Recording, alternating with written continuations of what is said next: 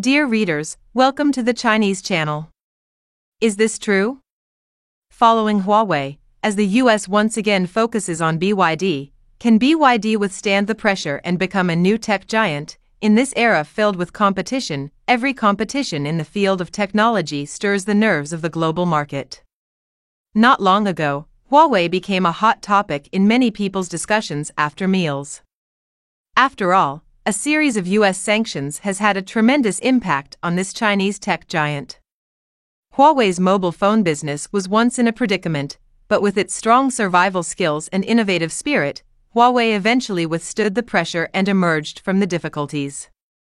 Data shows that the global smartphone shipments reached nearly 3 billion units in 2023, making competition a key challenge for the development of technology companies. Just when everyone thought the US would ease up, recent news suggests that the US has set its sights on another Chinese company, BYD. According to Global Times on January 21, 2024, the US will ban the Pentagon from purchasing batteries from 6 Chinese companies. BYD and CATL, two giants, are on the list. The rumor behind this is that the US Congress is further pressuring the Pentagon to separate the supply chain from China. This is not incidental, as BYD, a leader in the global new energy vehicle field, has consistently invested heavily in technology research and development. Statistical data shows that BYD has increased R&D funding by 30% over the past 5 years, driving the emergence of a series of innovative technologies. Talking about BYD, it is not a small player. Besides occupying a significant position in the global mobile phone component market, it is also a leader in the new energy vehicle industry. As one of the world's largest electric vehicle manufacturers, it has remarkable performance in technological innovation and market expansion. Holding more than 20% of the global market share in mobile phone components, it's not just an achievement for a single company but also signifies the crucial position of Chinese technology in the global supply chain. BYD's development has also propelled the upgrading of China's manufacturing industry, becoming a key participant in the world's manufacturing industry. According to statistics, BYD ranked first in global new energy vehicle sales in the third quarter of 2023, with sales reaching about 150 billion yuan. Its contributions to mobile phone components supply are also highly regarded globally. Nowadays, decoupling seems to be a common strategy for the US when dealing with Chinese tech companies. The US suppression of Chinese tech companies like BYD may stem from several considerations. Firstly, there's a concern for national security. The US government may worry that the business activities of Chinese companies in the US may provide a pathway for intelligence collection for the Chinese government, or may affect the internal communication security of the US through the use of technology and products. Secondly, there's economic competition. BYD's rapid development in electric vehicles and battery technology may be seen as a direct threat to US domestic companies, especially in the increasingly competitive electric vehicle market. Additionally, there are international political factors. The US and China have strategic competition in multiple areas, and suppressing China's high-tech companies can be seen as a means to curb the growth of China's technological strength. Lastly, domestic political pressure cannot be ignored. The US government may need to respond to domestic concerns about China's rise in protectionist sentiment by suppressing Chinese companies. These factors combined constitute the background for the US government's restrictive measures against BYD and other Chinese tech companies. The US suppression of BYD reflects its protection of its technological leadership and prevention of potential security risks. In the context of the intensifying competition in the global electric vehicle market, BYD, as a leading Chinese new energy vehicle manufacturer, may have touched on the economic interests of the US. The US may be concerned that BYD's growth will weaken the market share of local companies, especially in the competition for key technologies and the future automotive industry chain.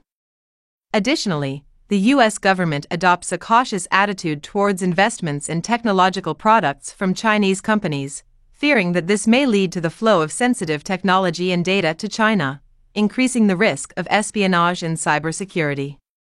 Against the backdrop of tense US-China relations, trade, and technology wars, the U.S. measures to restrict BYD can also be seen as a strategic containment of China's overall technological development. In summary, the U.S. suppression of BYD may be based on considerations of national security, economic competition, international politics, and domestic political pressure. This approach aims to protect the U.S. economic interests and technological advantages, while strategically restraining China's growing technological strength. However, China needs to ask itself, is the situation really as simple as they claim? Should BYD and other companies be suppressed just because of their important positions and strong influence? Observers have noted that in the past decade, China's new energy industry has developed rapidly. According to relevant data analysis reports, by the end of 2023, China's stock of new energy vehicles has exceeded 10 million units. One noteworthy fact is that BYD is one of the main forces driving this spectacular phenomenon. In the face of increasing external turmoil, the phrase "cannot compete" seems to be a vague and challenging proposition. However, in reality, being able to compete is never just about a simple technical or product quality showdown. It involves long-term strategic planning, adapting to market adjustments, and the results under the influence of complex factors such as the political and economic environment. When discussions are rampant, the label of "can't compete with Huawei" is arbitrarily affixed, and now the murmurs of targeting BYD again are echoing as if history is repeating itself in some way. But this is not a simple repetition. Looking at the issue from the Chinese perspective, things become clearer. Technological innovation has no end, market competition is fair and brutal, sustainable development requires cooperation and mutual benefit.